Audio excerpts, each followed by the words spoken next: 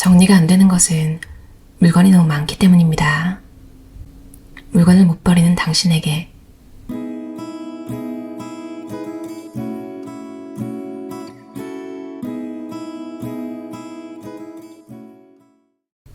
깔끔하게 정리된 방은 수납 테크닉이나 아이디어만으로는 절대 실현할 수 없습니다.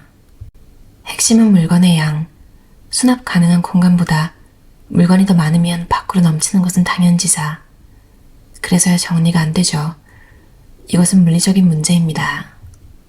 수납 장소를 어디에 마련할지, 어떤 식으로 정리할지, 이런 방법적인 부분에 대한 아이디어 짜내기는 애당초 무의미합니다. 물건이 너무 많으면 어떤 방법으로도 다 정리할 수 없으니까요. 나는 내가 열심히 살고 있음을 물건으로 증명하려 했습니다. 그것에 필사적으로 매달리는 동안 내가 자각하고 있는 것 이상으로 많은 물건이 쌓여 집의 공간 용량을 초과한 것입니다. 물건을 늘리는 것은 간단합니다. 눈 깜짝할 새 쑥쑥 늘어나죠.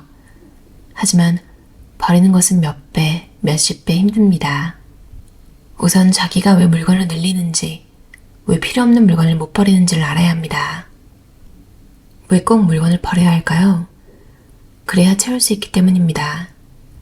공장에서 생산된 물건이 아니라 당신이 원하는 꿈, 바람, 즐거움, 보람, 그리고 당신 자신으로 채워가기 위한 비움입니다. 그럴 때 버리고 비우는 힘이 필요합니다. 누구의 인생에나 비움이 필요한 순간이 있습니다. 버리는 연습을 계속한다면 당신이 바람하지 않던 후련하고 말끔한 집을 손에 넣을 것이라 약속드립니다. 물건으로 자신의 결점을 메우려는 심리, 그 내면에는 결국 타인에게 인정받고 싶어하는 마음이 있다. 그런 대응이 계속되면 결국 스스로를 인정하지 못한 채 시간만 흘러간다. 이 타입은 타인의 평가를 뒤로하고 내가 나를 인정하는 경험을 쌓아가는 것이 중요하다. 나는 물건을 잘 못 버려 라고 생각하는 사람은 대부분 사실 정말 못하는 것이 아니라 잘 못 버린다고 굳게 믿고 있을 뿐이다. 누구나 잘 버릴 수 있다. 그걸 모르고 사는 것은 너무 아깝지 않은가? 나는 못한다고 낙인 찍은 것은 자기 자신이다. 이 부정적인 연쇄작용을 끊기 위해 아주 사소한 것이라도 내가 버렸다, 내 손으로 떠나보냈다는 성공 체험을 쌓아보자. 큰 성공을 위해서는 많은 준비, 오랜 시간, 특별한 기술이 필요하지만 아주 작은 실천은 지금 당장 할 수 있다. 지갑 속 정리하기, 주방 서랍 한 칸 정리하기. 이 정도면 어떨까? 버리기의 기본 원칙에 따라 담담하게 못 쓰는 것, 안 쓰는 것으로 나눈 것은 반드시 버리자. 안 쓰는 것을 버리자면 언젠가 쓸 일이 있을지 모른다는 생각에 아깝게 느껴질 것이다. 고민 끝에 결국 못 버리고 행복할지 모른다. 그래도 속은 셈치고 눈 딱 감고 쓰레기통에 휙 던져보라. 어떻게든 끝을 보아야 한다. 버리기 직전에는 괴롭다. 하지만 일단 버려보면 알 수 있다. 그 물건이 없어도 아무런 변화가 일어나지 않음을. 2, 3일 후면 무엇을 버렸는지조차 잊어버린다. 버릴 때는 그렇게 고민했는데 말이다.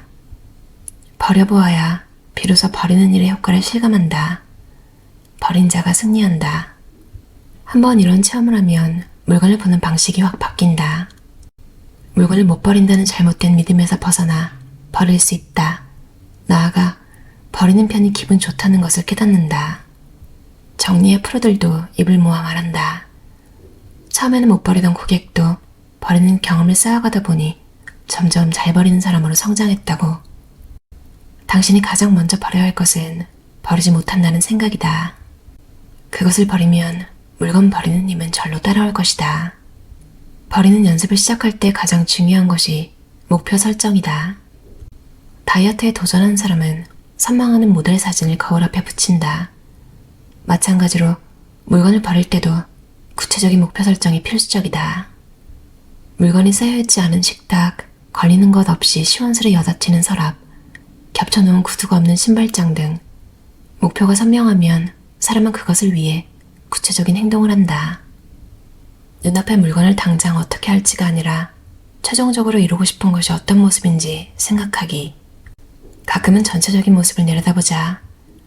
목표 지점에서 역산하여 눈앞의 물건을 바라보면 남길 것과 놓아버릴 것을 의외로 수월하게 가려낼 수 있다. 여러 번 눈으로 보는 동안 물건에 대한 과대평가가 사라지고 진짜 가치가 눈에 보인다. 당장 확신을 가지고 내다버릴 수 없는 물건이라면 천천히 시간을 들이자. 이것 또한 자기를 이해시키는 버리기 비결이다. 매일 할 일도 물건도 넘쳐나는 시대. 가만히 있어도 절로 물건이 늘어난다.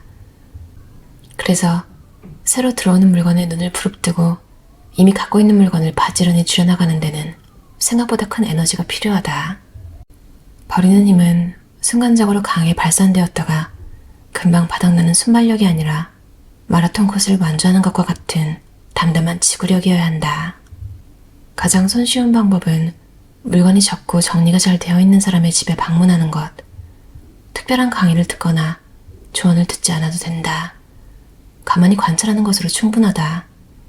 물건보다 공간이 많은 집이 주는 쾌적함을 느껴보자. 물론 책, 블로그, 텔레비전 프로그램 등도 효과가 있다. 유례없는 정리 붐이 일고 있는 요즘 조금만 신경 쓰면 좋은 본보기를 찾을 수 있다. 어떤 배움이든 꾸준함이 가장 중요하다. 버리는 연습도 예외가 아니다. 못 입는 옷은 버린다. 얼룩, 찢어짐, 다른 부분 등이 없는지 체크. 셔츠는 소매와 깃부분, 니트류는 보풀, 벌레 먹은 흔적 등에 주의해서 살펴보자. 오래된 얼룩은 이미 화학작용을 일으켜 제거할 수 없는 것이 많다. 특이한 디자인의 단추가 떨어진 옷은 대체 단추를 구할 수 없으니 버릴 대상이다. 허리 지퍼가 잠기지 않는 치마, 바지, 잠기긴 해도 꽉 껴서 불편한 옷, 몸무게가 늘지 않았더라도 몸의 라인이 변했다는 현실을 인정하라. 속옷 선이 드러날 정도로 꽉 끼는 옷도 NG, 반드시 입어서 확인하자. 안 입는 옷을 하나하나 퇴장시키자. 제거할 수 없는 얼룩, 찢어짐, 다른 부분이 있는 옷은 이미 제 역할을 다했다. 옅은 얼룩도 시간이 지나며 짙어질 수 있다. 한 벌씩 꼼꼼히 체크한다.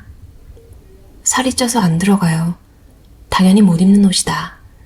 살 빼서 라는 미련으로 남겨두면 옷을 볼 때마다 자기 혐오에 빠질 테니 가지고 있어 좋을 것이 없다. 그리고 정말 다이어트에 성공한다면 그 옛날 옷을 입고 싶을까? 훨씬 예쁜 새 옷을 사고 싶어질 것이다. 귀찮더라도 옷은 직접 입고 전신 거울에 비춰볼 것. 시간이 들지만 판결이 신속해진다. 그 옷을 입고 외출했다가 길에서 아는 사람을 만나도 당당할 수 있는지 자문해보는 것도 방법이다. 몸에 대어보기만 했을 때는 버리기 아까웠던 옷도 입고 전신 거울을 보는 순간 아웃인 경우가 많다. 옷의 분위기는 전체적인 실루엣에서 나온다.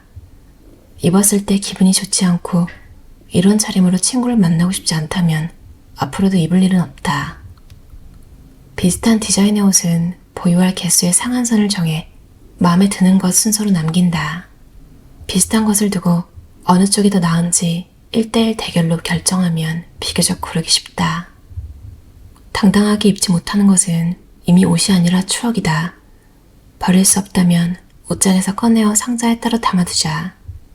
제대로 입지 않는다는 죄책감에서 벗어날 수 있고 공간도 생기니 일석이조다.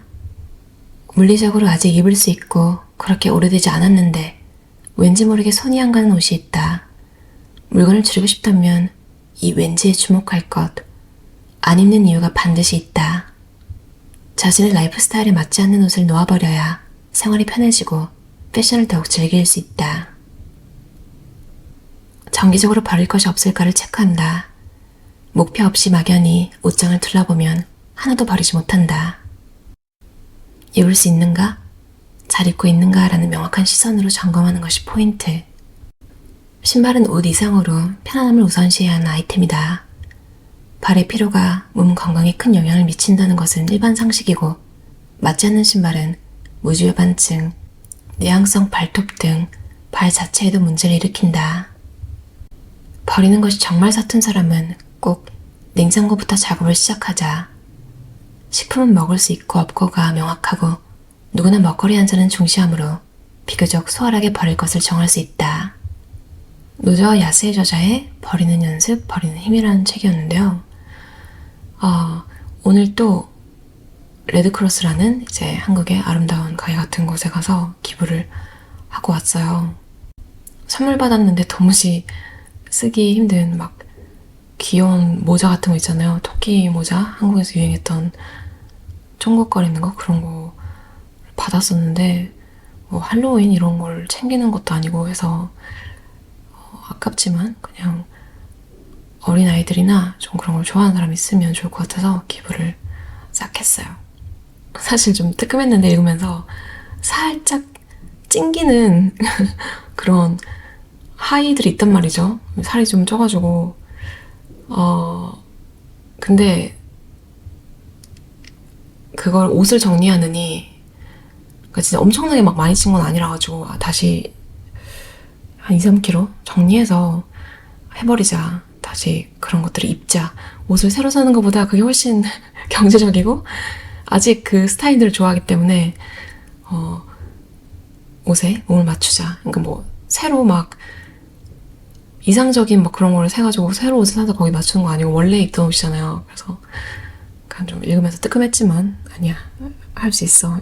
이렇게 다짐을 했어요. 또 제가 막 살이 쪘던 게 예전에 아시죠? 얼마 전에 막 프로모션 이런 거 다 망했잖아요. 그러니까 뭐 월급 인상도 완전 개떡같이 되고 스트레스 되게 많이 받고 스트레스는 다 받았는데 결과적으로 뭐가 없는 거예요. 그래서 진짜 회의감이 엄청 들고 막 여행도 망하고 그냥 막 이것저것 진짜 개판이었어요, 인생이.